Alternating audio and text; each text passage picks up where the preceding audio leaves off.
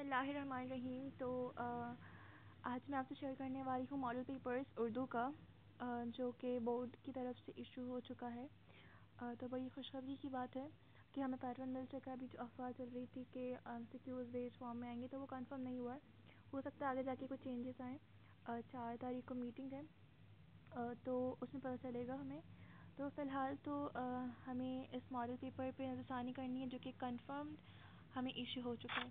سب سے پہلے میں آپ کو نہم جماعت یعنی 9th کلاس کے پیٹرن کے بارے میں بتاؤں گی. تو اسے 3 پورشن میں ڈیوائڈ کیا ہے. پہلا پورشن جو ہے وہ آدھے گھنٹے میں ہمیں فل کرنا ہے حصہ الف جسے کثر الانتخابی سوالات مینس ایم سی کیوز ہیں. وہ یہ تو ہدایات دی ہوئی ہیں, یہ آپ خود پڑھ لیجئے گا. تو سب سے پہلے ہمیں 15 دیے ہیں. کچھ 10 جو ہے وہ ہمیں نثر کے دیے ہیں اور باقی ہمیں نظم کی پورشن سے دیے ہیں. سو آپ اسکرین شاٹ لے لیجیے.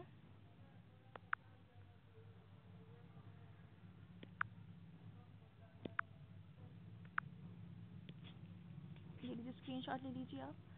ٹھیک ہے. دین ہم جاتے ہیں حصہ بے کی طرف. تو حصہ بے میں سب سے پہلے جو ہے وہ ہمیں مختصر جوابات تحریر کرنے ہیں. ہمیں 6 گیون ہیں جن میں سے ہمیں کوئی سے بھی 3 کرنے ہیں. اور اس کے بعد تھرڈ کوشچن جو ہے وہ ہمیں 2 ٹاپکس دیے ہیں جن میں مرکزی خیال یا خلاصہ ہمیں تحریر کرنا ہے اپنے الفاظ میں.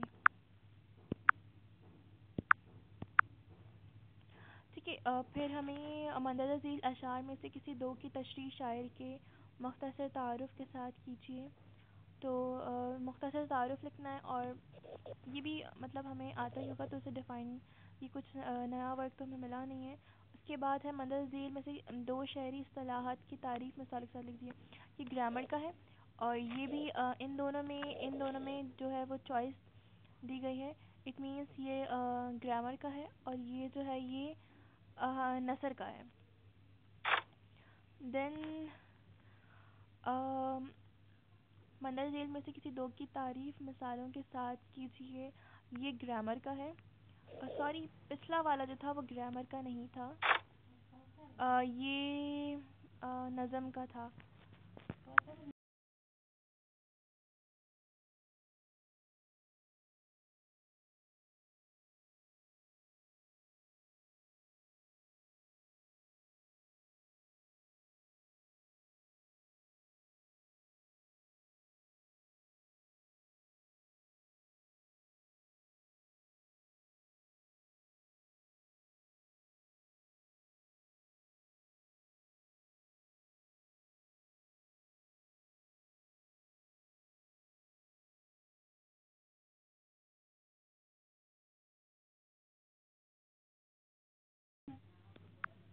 تو یہ جو تھا یہ نظم کا تھا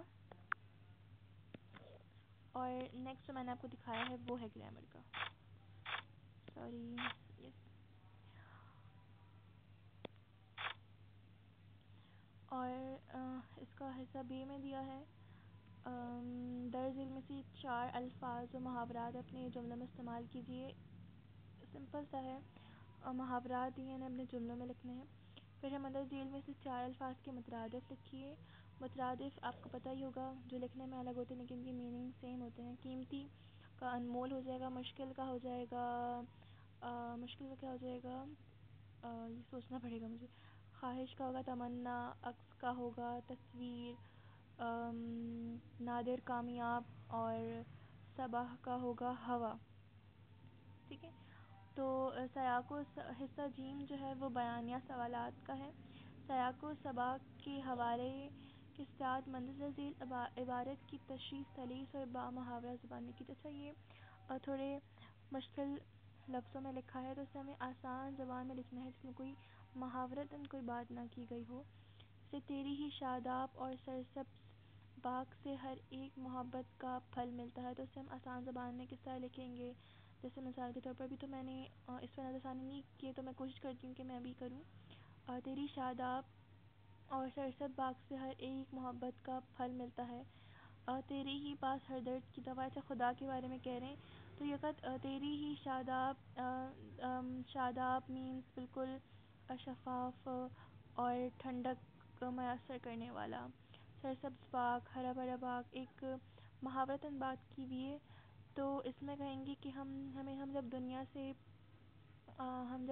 سے مایوس ہو جاتے ہیں تو رب کائنات ہی کی طرف پلٹ کر جاتے ہیں اور پھر وہیں سے ہمیں سکون اور اطمینان ملتا ہے. تو اس طرح کے آسان زبان میں ہمیں اس کو کنورٹ کرنا ہوگا.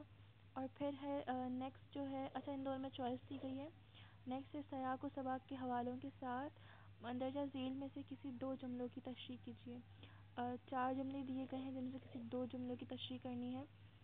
یہ ہمارے چیپٹر میں سے ہی لیے گئے ہیں تو ہمیں اس کی تشریح کرنی ہے. ہمیں ہمارے بک کے آخر میں بھی کچھ اس طرح کے جملے دیے جاتے ہیں اور یہ آئی تھنک پرانا پیٹرن ہے یہ، تو اس میں کوئی نئی بات نہیں ہے. پھر ہے نظم کے عنوان اور شاعر کے حوالے کے ساتھ مندرجہ ذیل جز کی تشریح کیجیے.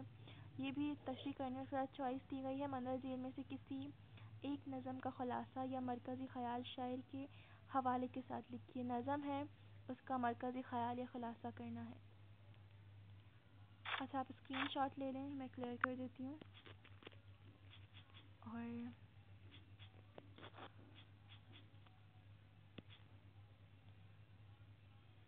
اوکے، سو لاسٹ پیج جو ہے اس کا ہے اپنے دوست کے نام خط لکھیے جس میں شجرکاری کی اہمیت کے بارے میں بتائیے. تو خط کا پیٹرن آنا چاہیے، اس کے اندر کا جو مواد ہے، جو کانٹینٹ ہے، وہ آپ اپنے الفاظ میں تھوڑے اچھی اردو کے ساتھ لکھ لیجیے گا. بس پیٹرن آپ کو آنا چاہیے. اور ساتھ ہی چوائس دی گئی ہے کسی اخبار کے مدیر کے نام ایک مراسلہ تحریری جس میں صفائی کے ناقص صورتحال کی طرف اعلیٰ حکام کی توجہ دلاتے ہوئے تجاویز دیجیے. اچھا یہ خط ہے اور کسی مدیر کو دیا جائے یا پھر کسی بڑے شخصیت کو دیا جائے تو اسے ہم مراسلہ کہتے ہیں. تو اس طرح کی یہ درخواست بھی ہے تو یہ ذہن میں رکھ لیجئے گا کہ اس طرح کی چوائس آ سکتی ہے. تو بہتر یہی ہوگا کہ آپ خط کی پریکٹس رکھیے گا. مطلب دونوں کے پیٹرنز دیکھ لیجئے گا، آپ نے پورا رٹنا نہیں ہے کسی بھی چیز کو. پھر ہے مندرجہ ذیل عنوانات میں کسی ایک پر کم از کم 2 صفحات پر مضمون لکھیے.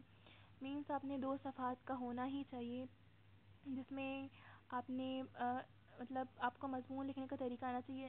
آج کل انٹرنیٹ پہ بھی بڑی سہولیات میسر ہیں جس میں بتایا جاتا ہے کہ مضمون کس طرح لکھنا ہے. سب سے پہلے تعارف، بالکل جس طرح جنرل ٹو اسپیسیفک ہمیں جانا ہوتا ہے. جیسے کہ اب ہم بات کر رہے ہیں دہشت گردی پہ ہمیں مضمون لکھنا ہے مثال کے طور پر. تو ہم پہلے بتائیں گے کہ دہشت کسے کہتے ہیں، ڈر خوف کو کہتے ہیں. گردی کسے کہتے ہیں، پھیلنا، مطلب خوف کا پھیلنا. تو اس طرح ہم بالکل نارمل سے سمجھاتے ہوئے اس بات کو آگے کی طرف لے کے جاتے ہیں. پھر ہم بتاتے ہیں کہ اس کا مقصد کیا ہوتا ہے، مقصد بیان کرنا ہوتا ہے. پھر بیان کرنا ہوتا ہے نتائج. اور پھر اسی طرح ہر ایک پیج میں 2 سے 3 کوٹس یا پھر اشعار کا ہونا لازمی ہوتا ہے. تو اس طرح آپ ایک اچھا سا مضمون لکھ لیں گے. تو شکریہ، آئی ہوپ کہ آپ کو موضوع بالکل سمجھ میں آیا ہوگا. دادی کے ساتھ اگر آپ چینل پہ نئے ہیں تو سبسکرائب کر دیجیے گا اور لائک اور شیئر کرنا مت بھولیے گا. اور اگر کوئی بھی سوال ہو تو کامنٹ بھی ضرور کیجیے گا. اللہ حافظ. اللہ